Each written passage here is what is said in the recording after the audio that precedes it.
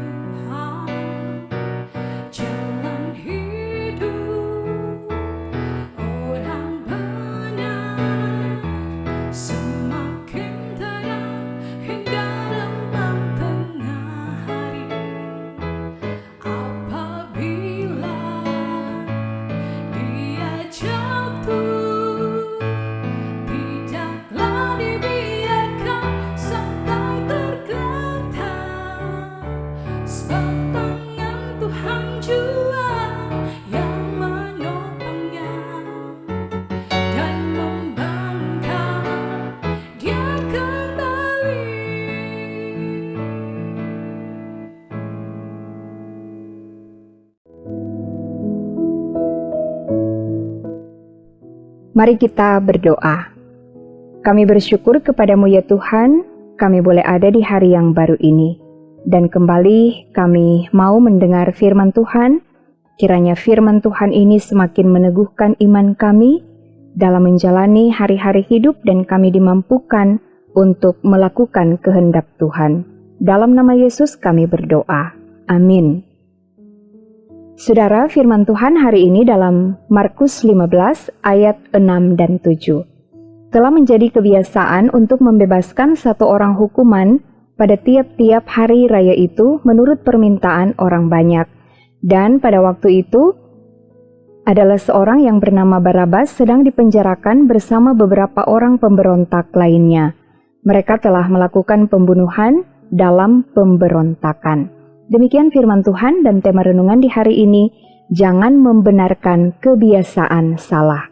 Saudara yang dikasihi dan diberkati Tuhan, seringkali dalam hidup kita, sesuatu yang salah bisa terasa biasa karena sudah menjadi kebiasaan. Dan apa yang tidak benar bisa terlihat benar hanya karena banyak orang yang melakukannya. Nah, firman Tuhan hari ini memperlihatkan kepada kita bagaimana kebiasaan membebaskan tahanan sesuai permintaan orang banyak justru dipakai untuk membenarkan pilihan yang salah. Kebiasaan membebaskan tahanan pada tiap hari raya, seperti yang dilakukan oleh Pilatus, terlihat sebagai tindakan yang manusiawi dan diterima publik.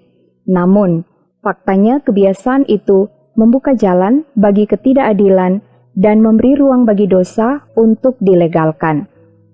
Saudara, Barabas adalah seorang pemberontak, dia seorang pembunuh, tetapi karena kebiasaan inilah, Barabas justru diuntungkan karena dipilih untuk dibebaskan. Sementara Yesus yang tidak bersalah dihukum. Nah saudara-saudara, Barabas adalah representasi nyata dari dosa dan pemberontakan manusia. Barabas menunjuk pada hidup kita, manusia yang berdosa.